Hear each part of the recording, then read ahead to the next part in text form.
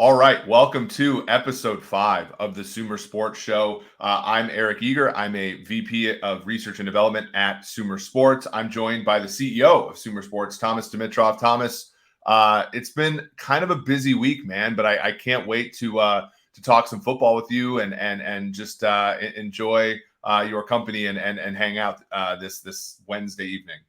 It's been a crazy day, and you know that. We've touched on everything. We've had meetings coming out of our ears. I mean, we are at SumerSports, as you know, we are rocking and rolling. There's so much going on every day. There's so much intelligence flying around. And I tell people in the business, some of my contemporaries, I'm like, if you only knew how it was. Yes, it's not in the NFL right now, but being around intelligent people, big brains like yourself and a number of the other people we have in this business in this company, it's amazing. So I'm always telling my buddies who are GMs, I'm like, it's really good for your mind to be, sort of conditioned to understand that there's a lot more there. There's a lot of discussion. We often talk about the history of analytics and how it's evolved in this league and how it's evolving. You guys, a couple of the people, you, Sean Clement, I think who else? We're in Pittsburgh, at a really cool analytics symposium, right? Yep. And I'm just very curious, very quickly, to ask you all of your background and your knowledge. You talk about, you've talked to me before about Virgil Carter. You've talked to me about Brian Burke and the explosion of analytics since, 17 and to today. Talk to me about that, because I'm fascinated from your perspective. Yeah, it's crazy. I mean, I think about, and I'm going to BYU next week. So when we have the podcast next week, I'll be kind of in the where Virgil Carter went to college and where Lavelle Edwards, sort of, put the passing game on the map and that kind of thing. And it'll be exciting there. But we went, myself, Sean Clement, and Udit Ranazaria, we went to Carnegie Mellon for the Carnegie Mellon Sports Analytics Conference. And what was really fun was sort of sitting back. Like, I've only been to that conference one other time. I gave my first full-time year at PFF. And you'll find this very fun, I gave a talk about trying to quantify coaching in the NFL back then. And what was really interesting was back then, 2018, we were only like 1 year into what I would consider the democratization of sports analytics, right? So you had Virgil Carter in 1971. He wrote a memoir about, or a paper about, basically what ended up becoming expected points. Then you had, Palmer and company writing The Hidden Game of Football in the 80s. So you're talking about like 17 years difference there. And then you get to the 2000s and, Brian Burke started writing his blog. He was really the only one that kind of was, promoting, football analytics at that scale. Pro Football Focus starts, but it's mostly only a data company. We get to 2017 where we get Ron Yurko and his group, publishing NFL Scrape Bar, and now everybody's got, expected points data, which is the cornerstone of a lot of the metrics we build here. And we were all at that conference in 2018. We're all neophytes in the business, basically. And 4 years later, through a global pandemic, we have an explosion, right? StatsBomb is doing American football. Zealous Analytics wasn't a thing back then. Now they're a team. I was talking to a bunch of their people there, and obviously SumerSports now coming into the fray, hiring some of the best and brightest on sort of the whole spectrum. You on the evaluator side, me on the analytics side, Sean Clement, Paul Saban, and it's just crazy how much the space has exploded to the point now where I don't think you can really get by without it. And I think the next move is for folks like you and me to work together and try to see where it can evolve and where it can take the NFL. Not a day goes by, Eric. You know this since you've been at Sumer. Of course, we've talked many for years while you were at PFF. But when we refer to SumerSports and all of our meetings that we have, not a day goes by that I don't learn something really, really interesting that I think honestly would help me as a GM in the future. And I've talked about that a lot to, again, a lot of my contemporaries that are in the business, and they're very, very interested in spending more time in the arena. But as you know, they don't have time. Yep. So we're hoping, without getting into too much detail about Sumer, we're hoping that with our product and our production that we'll end up having what we think is going to be an ideal, best friend for the GM, basically. Yeah, for sure. And to your point, I think it's just so hard. I mean, you when you're an early career scout, for example, like you don't have the hours to spend, honing your craft on analytics. And for somebody like me, I the funny thing is next week I'm taking like 4 days PTO. It's the first time I've taken 4 days PTO since I was a math professor, way back in the day. So like, guys like, I mean, we're to build, this intelligence that we've tried to build for the last, prior to Sumer and then now in Sumer, it just takes all of you. And if you are a football person, it's going to take all of you on the football side. If you're an analytics person, it's going to take all of you on the analytics side. I think what's great about Sumer and what we're cultivating there is, obviously I've learned so much from you, learned so much from Chase Falveen about the cap, and as along with some of the coders and folks who are even more I think analytically driven than me. I think that what comes out of this is going to be a very good, sound ability for everybody who's in football to basically develop, their skill set and be a more well-rounded. Like what I like to think, when I was talking to Lindsay Rhodes, who, her show this Monday, and we were talking off air about kind of, do you want to have like an analytics person in the broadcast? Do you want to have a scouting person or like a rules expert in a broadcast? I'm like, no, you want a football person in the broadcast who happens to know some of this stuff, right? So, like, I think the hardest part of that rules analyst in the broadcast booth is that person just comes in and talks about whether or not that challenge is going to be accepted or not. And that person, like, I feel like everybody in football, if you took away their main superpower, they should still be above replacement in football, right? So if you came in and like, let's say we did this podcast and you're like, Eric, you can't talk about stats at all. You can't talk about any analytics. I still think I obviously would not be able to be as good as you at it, but I think I could hold a conversation. And I think, the similar thing, like what we're trying to do, and I think you've already reached this level. It's like, if I told you that you couldn't, draw from your experience in the NFL as a general manager, as a scout, as an evaluator, could you hang in the conversation? I think the answer is yes. And I think that that's really what we want to build, as far as the, in general, but also specifically at Sumer. Well, we've talked about this as well. There are so many people out there that have a great deal of respect for you. This is not just a stroke scene here tonight. I think it's fascinating to again bring everyone together and talk about nuances. I'm so used to evaluating, to hear the analytic approach to some of these sort of evaluation approaches. Again, it's second to none. And I think, I just think it's going to be so great as these up and coming and rising executives understand the importance of where we're going with analytics. I think it's going to be, I think the world is the analytics oyster, to be honest with you. Let me just say this quickly. You mentioned Lindsay Rhodes. She, by the way, is great. And I'm going to say this categorically. If there's one person that should still have her own show, it's Lindsay Rhodes. I'm talking about on TV. I won't get into that, but I thought she was top notch. Always do think that. Podcast is always great. I think the diversity of guests on that show, I think, and let's take a step back and reset for a second. So obviously this is just the 5th episode of the show. You and I have been knocking around the idea of doing a little bit more than 45 minutes at times. We also are, we have the infrastructure now to host guests. So I think over the next few weeks, we will draw on our connections to have guests, which I think will add to sort of what we're offering. And then I think in a couple weeks, what we're going to try to do is go live with this show. So if you are a fan of the show, obviously, if on your favorite podcast platform, subscribe, rate, and review. That's always great. And Thomas and I certainly take the feedback. We take the feedback seriously, and we want to make the show the best show for football fans who want.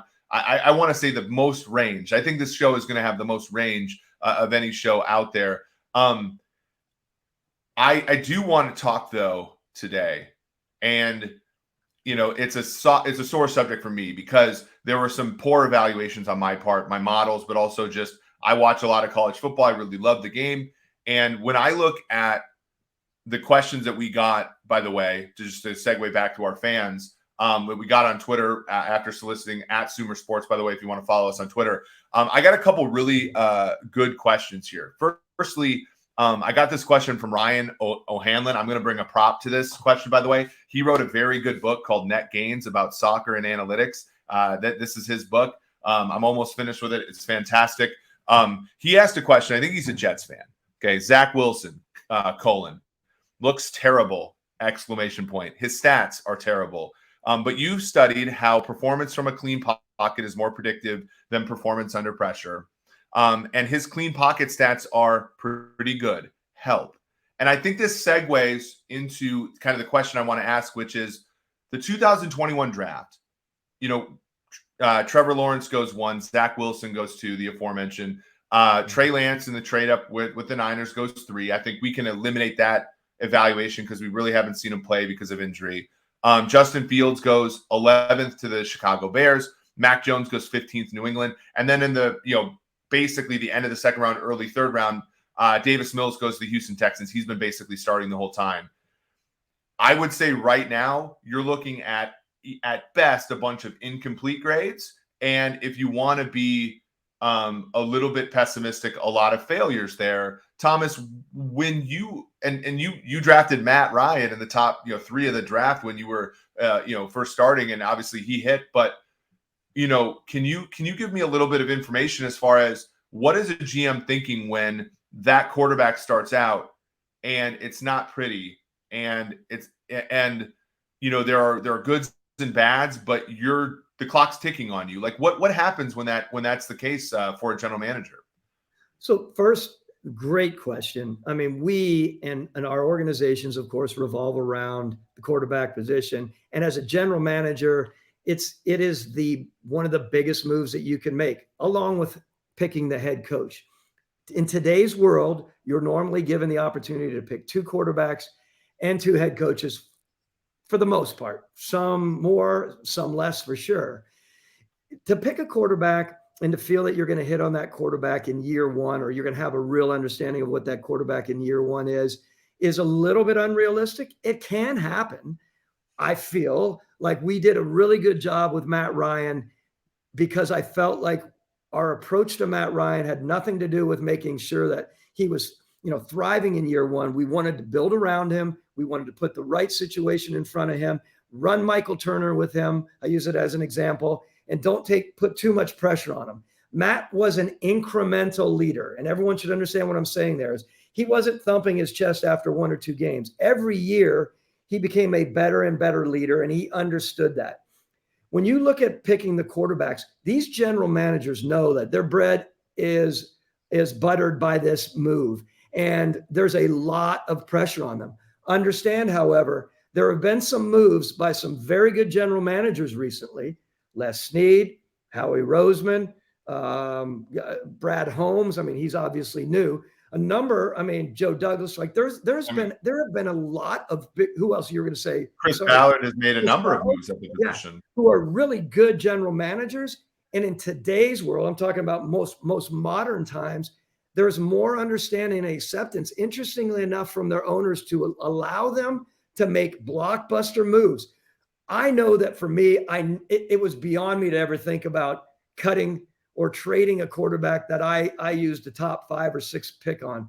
Beyond me. I would never even imagine that. And honestly, if I got to that point, I think my life is limited. That's not necessarily the way anymore. We have one of the best general managers in the league in Howie Roseman who had to do that.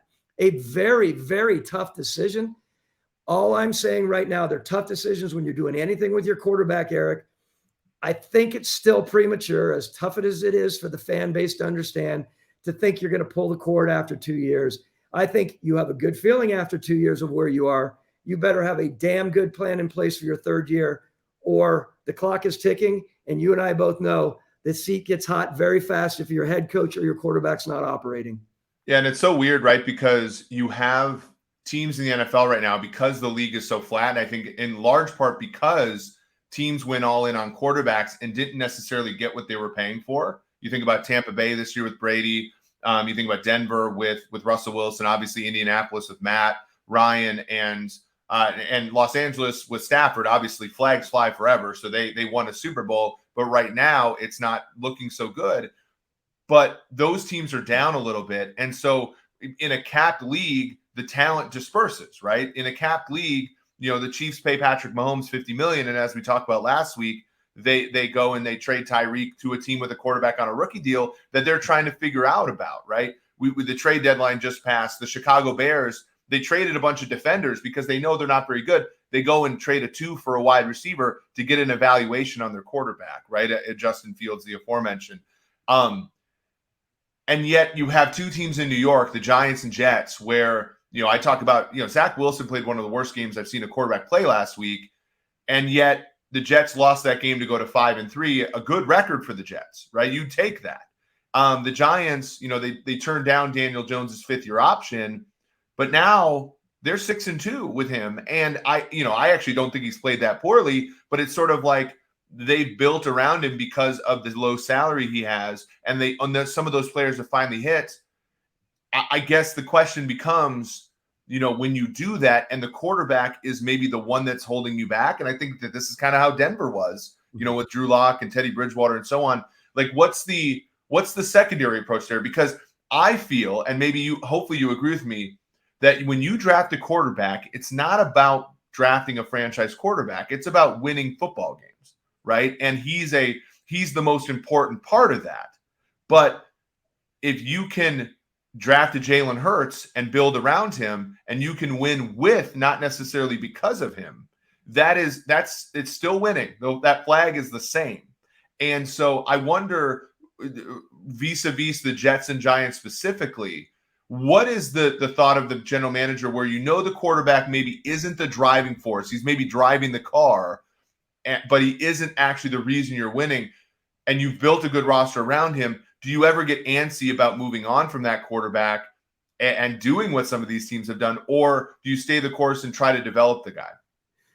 So make no mistake about it. What you're saying is definitely on. It is about wins, and you need to make sure that you're focused on your wins. That said, as a personnel man by trade, right? Most of us as general managers are, there's a little bit of an albatross around your neck if you're not hitting on your quarterbacks, because a lot of people are judged. Yeah, you can be judged about not being a great O-line evaluator, or you don't know about linebackers, or you're missing on D linemen, whatever.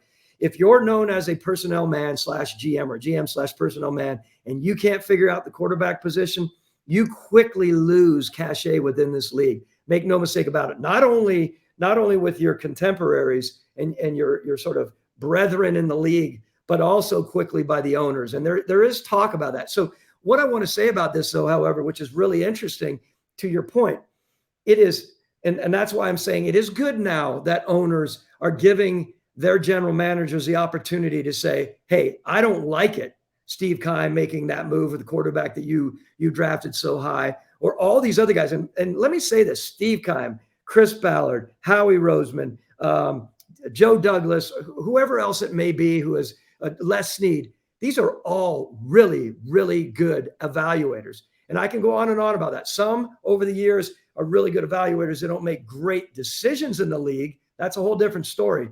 But these guys are really good football, man. And for the owners to give them that element of confidence to say, yes, I messed this up.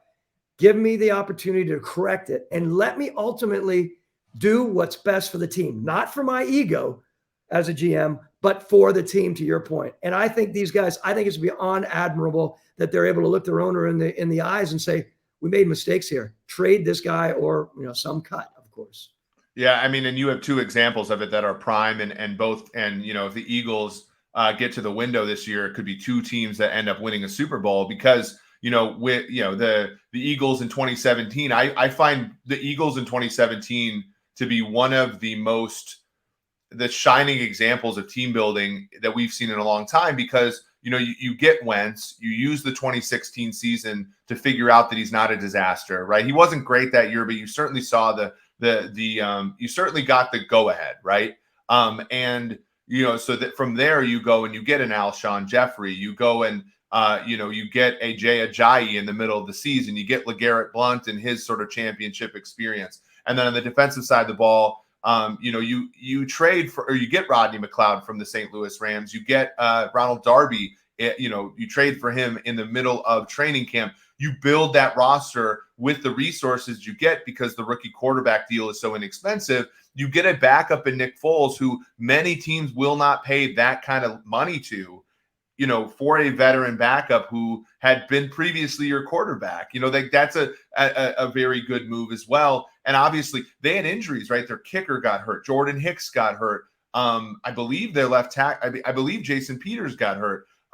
They had so many injuries on that team, and they win the Super Bowl because that roster was so resilient. And then 2 years later, they give Wentz the extension. And we talked about this a little bit. The extension is sometimes as much for the general manager, right? A trophy of like, I drafted a good quarterback. That is a reassurance of I did my job well. And then it's hard to go back and be like, well, actually, maybe I misevaluated it at the very end of that process. But to Howie Roseman's credit, and then later Les Snead's credit, they moved on from those quarterbacks. And in the case of the Eagles, they did it a little bit differently. They moved on from the quarterback in a way that like helped them bottom out a little bit. So now they have a more resilient roster, and they're the favorites in the NFC now. In the case of the Rams, they had so much talent and high-end talent on that team. They felt that their best approach was to continue to just buy great players and deal with the bill later. And the bill's coming up now. But, when you win a Super Bowl, of course, everything was the right choice, So it's so interesting, the contrast in some teams sort of hanging on too long, and then other teams making, very swift moves from what we would consider a mistake and building up to prominence. Can I just one more comment on quarterback? Because of course we could have many pods talking about quarterbacks. You look at that group. By the way, when I really started digging in, looking at Trevor Lawrence's his stats in your former company, and I'm like, wow, I was blown away.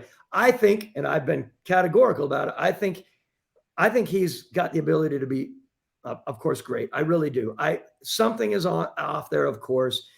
Trent Baalke made a strong move. A lot of people are poo-pooing the move on acquiring Calvin Ridley. There's a reason behind that, of course.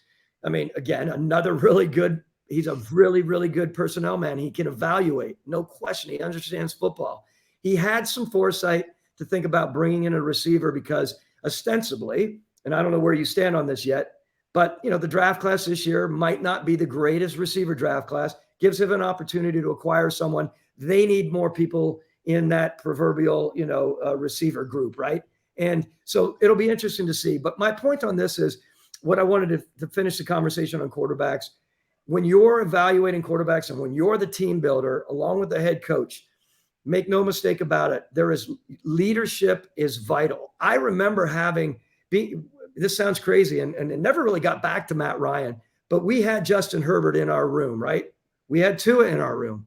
It was important for us to evaluate those guys, to really hone in and see what they were. Whether we were going to do anything or not was beside the point. When you look at the leadership ability of these quarterbacks and how important, I'm not just talking about someone that can yell. I'm saying the well-rounded side. I don't think you can be successful in the National Football League without having a really sound element of leadership. And you see some of these guys that they have some high seasons and low seasons. I won't even go into naming them. And others have just fallen by the wayside because they are not good leaders. And as a team builder or as an owner, shame on the team builder trying to sell an owner a quarterback who's not a good leader is what I'm saying. Yeah, and I mean, we both played football in college, and I played tight end, and it's sort of like you've had quarterbacks where, and it was so funny. I remember watching Randy Moss when he was in Minnesota, and you remember those days. It was like Jeff George and Brad Johnson and Randall Cunningham. It was a new guy every single year, and it's like those teams were good enough because Chris Carter and Randy Moss are Hall of Famers. But did they ever win in the playoffs? Not really, because ultimately when you get to January, it's about, as you said, not only the most talented quarterback, but the leader, right? Like that guy has to have it from that perspective. And that, from an analytics guy, I shudder to say this, but it's incredibly hard to quantify that. And it's incredibly hard to sort of look at that. But, you look at, that group of people, like Trevor Lawrence won a national title as a freshman at Clemson, coming off the bench halfway through that year, like being able to acclimate into that team and be the reason they won it. That shows, Justin Fields then the next year beat Clemson in the college football playoff.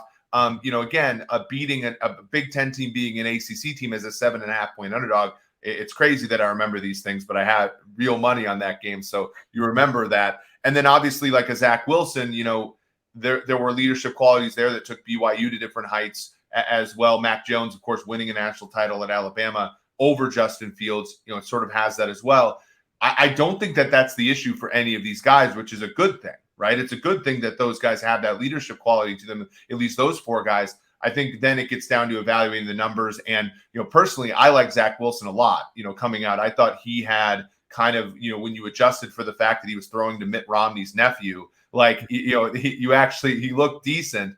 But of course, so far that hasn't translated. We do have a couple quarterbacks. CJ Stroud is currently about 2-1 to be the first quarterback taken in the draft, followed by Bryce Young, who's about 3-1 to be the first quarterback or first player taken in the draft. So you do have options there. I think interestingly, and I just last point I want to make on this, I think Chicago, went into this year not necessarily believing in Justin Fields because, Brian Poles took his evaluation from Kansas City over to Chicago. Now, information is a great thing. And over the course of this season, I think Justin Fields has really ingratiated himself to the Chicago Bears brass. I think the move for Claypool is a signal that they want to get more information on him. Additionally, they only see like maybe 2. And if you count the kid from Florida and also Will Levis from Kentucky, like I think if you're in the market for a young quarterback, it's a crowded market. So I think Chicago's thinking to themselves,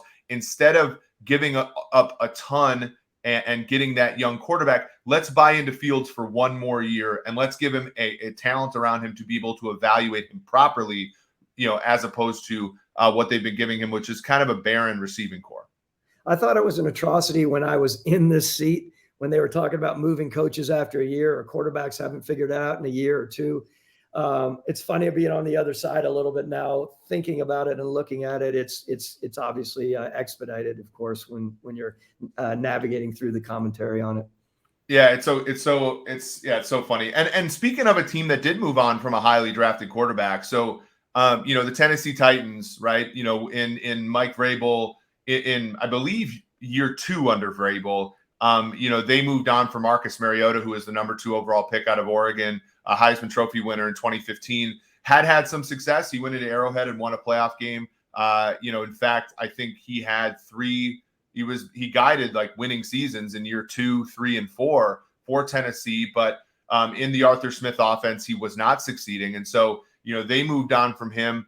They bought, by the way, again, this is part of the team building thing. They bought low on Ryan Tannehill when he fell out of favor in Miami. Ryan Tannehill appeared to be kind of the perfect, player with his athleticism, also his ability on play action, and just like his kind of accuracy. In that 2019 season, he led the league in yards per pass attempt. He was one of the leaders in, all the advanced metrics for a quarterback. And that Tennessee Titans team made the AFC title game against Kansas City. They won the division then the following year. Tannehill was not quite as good, but still good. Last year, they got the 1 seed in the AFC, despite having to play the most players in NFL history. They come into this year. I got to think they're one of the, think about this. They were more than 10-point underdogs in week 2 against the Bills. That had to be the first former 1 seed to be a 2-touchdown underdog or a 2-score underdog. They are currently 12.5-point, 13-point underdogs in Kansas City right now, coming off of a 5-game winning streak. No one believes in this Tennessee Titans team and the talent on that team, losing A.J. Brown, losing Taylor Lewan to injury, Derrick Henry kind of on the low end of the age curve, et cetera, not even having Tannehill in the last game, right? They had to start Malik Willis, 3rd-round pick out of Liberty. You were on the Patriots at the same time as Mike Vrabel. I think Mike Vrabel has this secret sauce, right? If we were telling people to hire coaches, right, I would think that, and I don't know how to quantify it because he doesn't necessarily make the right decision on 4th down, but there's something that Mike Vrabel does that elevates the play of his players. Can you opine on that? Because I'm mystified here. I need your opinion here because I don't know what Mike Vrabel is doing to get this out of his team. Okay, there's a number of layers here, brother, and it's a great lead-in. I like Mike Vrabel a lot. Mike Vrabel is through and through tough ass, football. He was only one of the only guys that I remember back in the days when I was in New England watching practices that had the air and the ability to, toss off, maybe that's the wrong word, to throw darts at Bill Belichick, right? It was really interesting because he had the confidence to do such. He was one of the guys that Bill listened to or kind of just went, enough, but it was amazing to see that, right? He would throw comments, and because he was really smart, because he had confidence, because he was a ball player and a football guy, again, I say through and through, this guy is that, an Ohio guy, Massillon guy, wasn't he? I think he was a Massillon. I think so. Yeah. And maybe he wasn't Massillon. Maybe he was one of the Catholic schools, but he to me has always had a really good understanding. What I need to talk to you about, however, is it's not just about the head coach. And I'm going to go into my pitch on the GM. John Robinson, he was at New England with us as well. Mike Vrabel at New England. They both have Belichickian foundation and background to them. They both understand each other really well. To me, what that does is it gives the GM, who ultimately has final say there, right? John Robinson, another really good evaluator, came through the ranks all the way through, has been in it a long time, understands how to evaluate, understands how to completely get what Mike Vrabel is doing systematically and schematically. That is vital. We can talk about that forever. When you have a GM and a head coach who are in line, they don't always get along, of course, meaning they don't always agree, but they understand how important that is. Let me also say, Tennessee, where they are with their ownership, and I say this, I will say it categorically, and I will say it respectfully to any owner. They do it right. They truly give the GM or the head coach, but in this case, it's a GM, the proverbial keys to the kingdom. Let them do their jobs. They let John Robinson do his job. They let the head coach do his job, and they can produce. They take a team. You're right. Not a lot of people think that they have a ton of talent. They have good football players there. They are very consistent. They are very focused. They don't put up with BS, whether it was former players. I don't know what happened with Julio Jones. We saw a little bit about that. There aren't many coaches who are going to front Julio Jones like that. Mike Vrabel did it in a heartbeat. John Robinson will carry his weight the way he needs to carry his weight. What I'm saying, the organization has a really, really strong foundation.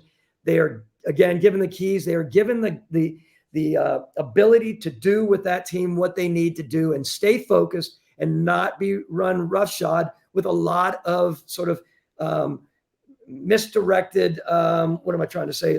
I'm just they don't chase the new thing, right? They right. They and the kind distractions, you're exactly right. And there are elements of distractions of the new things. Anyone that comes through the Patriot paradigm have a really good feel for distractions or trying to eliminate them. It's not that easy, of course, when you're in that spot. Yeah, it's so interesting, right? Because there's certainly a team, and we could talk about this, but like if you had a blank canvas to build a team, you would not build it like the Tennessee Titans, right? Because you don't have, like, running backs like Derrick Henry don't exist really other than him. And so and even then, like the eval on him, he's a second round pick. It's not like we knew he would be that good, or else he'd be taken in the top 10 or something like that. Like, you have him. Obviously, you're looking at a quarterback kind of on his second team, and a good one, but not a great one.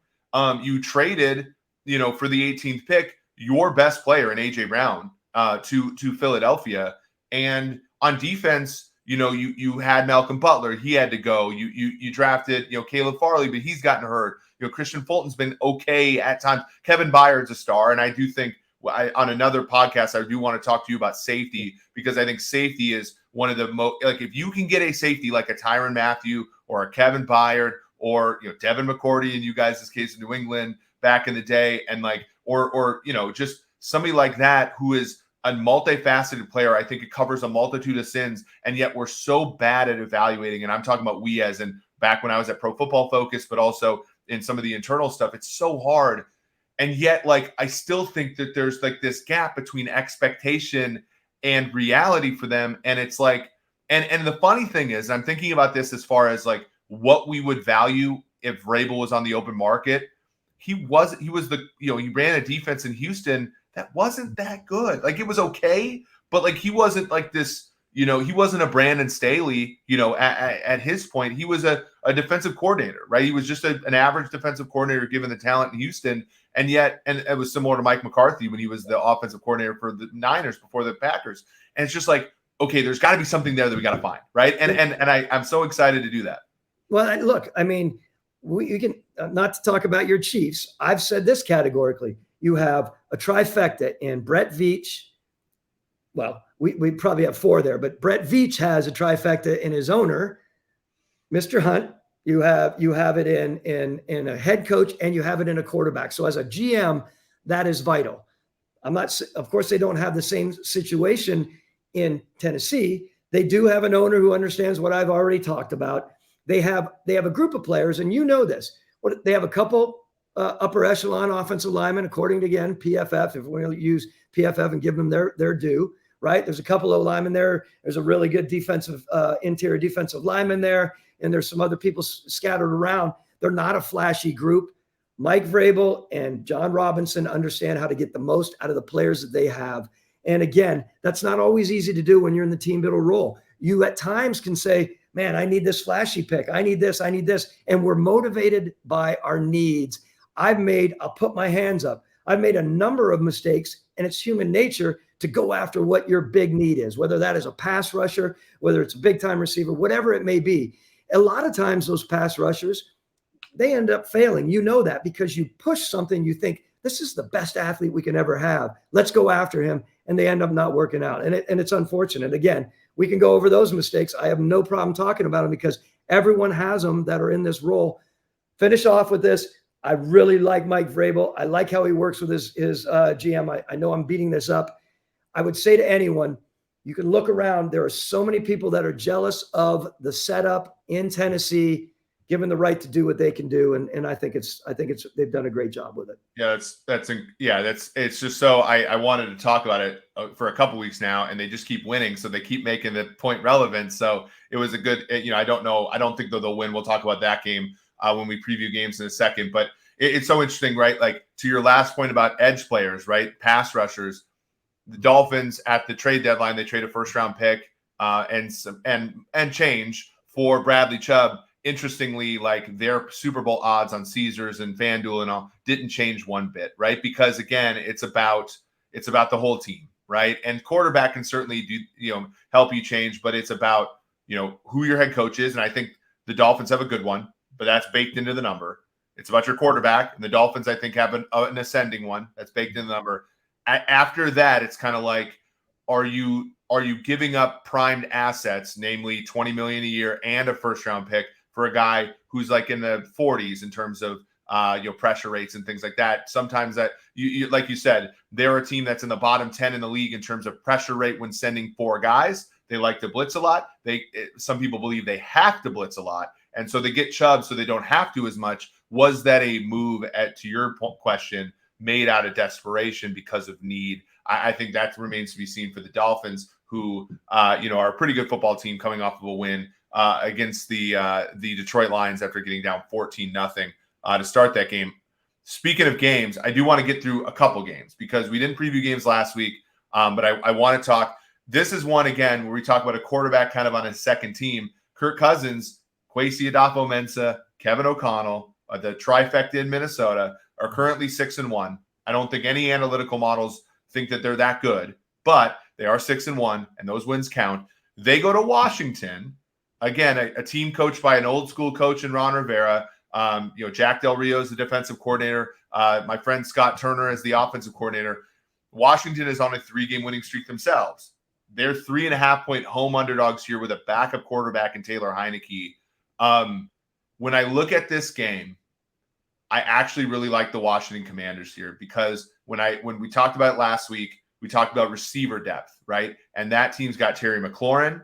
That team's got, Curtis Samuel. Jahan Dotson, is injured, so that, they bought into Diami Brown again, not necessarily going to play. The Vikings are very good. Their first 4 defensive backs, but once you get past that, they can be had. And I think with Taylor Heineke willing to throw the ball downfield, I like Washington in this game. Can I just lead in, and I don't want to bring the pod down. Can I just say my deepest and our deepest sympathies to Coach Zimmer and the passing of his son. It's such a gut wrenching thing for the NFL. So God bless you, Zim, and your family. It's a really, really tough thing, and our thoughts are with you. Per the discussion about this game, brother, like, I don't know, man. I'm riding with Minnesota right now. You know, I'm taking Minnesota. I like what they're doing. I'm not sold on Washington at this point. Which, by the way, I could go on and on about this, but I mean, the news today about the potential sale. I mean, can we opine on Do we that? think that? So the question is so the betting angle. Do we think that galvanizes the team, or do we think that makes it like? And that's an unknown thing, right? We've only had so many sales that have happened in the history of the NFL. That is a good question, and that, if you could answer that, you would have a private island somewhere because you could bet into it and make a lot of money. Les Snead, your friend, the general manager of the LA Rams, Sean McVay, one of the best coaches that's ever coached in the NFL. They go to Tampa Bay in a rematch of last year's divisional round game that ended up being a barn burner. Tampa is actually favored by 3 last time I checked. Tom Brady, it looks like it's it for him, obviously with, how difficult it's been. When I look at this game, there's just a couple things here. Like, Tampa Bay's interior offensive line has been injured all year. They're not particularly strong. Aaron Donald has been not his tippy-top self, but he's still pretty damn good. The Rams at the deadline wanted to trade for Brian Burns. They didn't end up getting it. They are struggling at the edge. Leonard Floyd is sort of one of the more enigmatic edge players in all of football. I kind of like Tampa laying 3. I think that they win by margin here. I think that they're getting better at some of the more important places. Chris Godwin's getting healthier. Mike Evans is still getting open. I think Brady's starting to trust the younger receivers as well, even in a loss last week. The Rams, I still think, are trying to figure it out, and I don't know if the cavalry is coming home for them. Wow. Look, I don't buy that the Rams are a bad football team. I know people have said that, and there's all kinds of discussion about where they are. I agree with you. They're trying to figure it out. We all love Sean McVay, and we think that he's one of the very best minds out there. I can't imagine him, going into this game not ready to, all guns blazing. And I'm going to go with the Rams. No offense there, Jason Light, but I just want to see what they can come in and play some football and get back off the schneid, so to speak. Yeah. Okay. So now for the Sunday night game, a game that I'm certainly going to watch with one of my best friends who's also a Chiefs fan. One of my former colleagues at PFF, Dave Solfaro. Tennessee goes to Kansas City. Actually opened at -11. So the Chiefs were 11-point favorites at first. They've been bet out to about 12 or 13. So they are huge favorites in this game. But I will say, in the Andy Reid era, they are 1-4 against Tennessee. And the only win was a game I was actually at in 2020, January, right before the pandemic. They won the AFC Championship game against them, but they won it by 11. So the Chiefs have never covered a number this big against the Titans, and I don't think they do this week either. And here's a couple reasons why. One of the things we want to measure at Sumer, I'm just saying, like, as far as a holistic approach to player evaluation. Mm-hmm. There are things about football that are not independent. When I watch Malik Willis, and I don't know if he's going to start, but I do think he's going to get some play time. When I watched Malik Willis against the Texans last week, when he handed the ball to Derrick Henry, linebackers were stuck in the grass. They were there. His gravity on the field was legitimate. Meaning linebackers were hesitant to go after Derrick Henry because they knew that there was a little bit of a chance Malik Willis would pull the ball out the back door and run for 50 yards on them. And we can. I have a paper that's trying to be published in the Journal of Quantitative Sports Journal of Analysis of Quantitative Sports, basically, that talks about this gravity, which is, do linebackers move against certain players on offense? And we found that guys like Lamar Jackson, Kyler Murray, linebackers are just slower against them. And it's because they can pull the ball out, and that helps the running back. If you look at running backs who have played with Lamar Jackson, who have played with Kyler Murray, they have some of the highest yards before contact numbers in all of football because linebackers can't flow as hard against them. the Chiefs are already kind of a soft run defense. They're a fabulous team, my favorite team, but they're a softer run defense. I think that the Titans play such a off the wall sort of offense that it's a hard eval for the Chiefs. Now they're coming off a bye, and Reed's pretty good off a bye. I don't think the Chiefs lose, but I don't think they win by like 3 touchdowns, like that, like the people who are betting them believe. Wow, I was listening to you, and I thought you can just keep rolling. I don't want to, opine anymore, because I think you hit the nail on the head. Let me say this first of all. After all of my ranting and raving about Tennessee, there's no way I cannot take Tennessee in this game, with the points and all. So I'm going that direction. I will say I'm amazed at the speed. I'm amazed at the explosiveness and creativity, of what the Chiefs do. Back to quintessential Belichickian, the way that Vrabel puts that defense together. What are they? 4th overall in the league right now? Is that what they're operating off? I think. Yeah, I think it. Yeah, and one of the, as far as, and they're limiting big plays. I think that's the other big thing about them is they're kind of playing the defense that you have to play against the Kansas City Chiefs. Yeah. So I'm going with the Tennessee Titans. Yeah, that I think that's the one we're aligned on. Hopefully, we're both right. Hopefully, when we post this on Instagram or TikTok or something, we can look smart in taking the Titans this week. I know my friend Seren Petro, who hosts a radio show in Kansas City, disagrees with me. He thinks the Chiefs are going to win by margin. We disagree with him, but this has been fun. We, like I said, we've had a long day at work. I just love sitting here and talking football with you, and obviously, previewing this week's games, talking a little bit about what the Titans are doing, what their secret sauce is, and obviously as well getting to talk a little bit about the quarterbacks and the history of football analytics. So for Thomas Dimitrov, this has been Eric Eager. This has been the 5th episode of the SumerSports Show.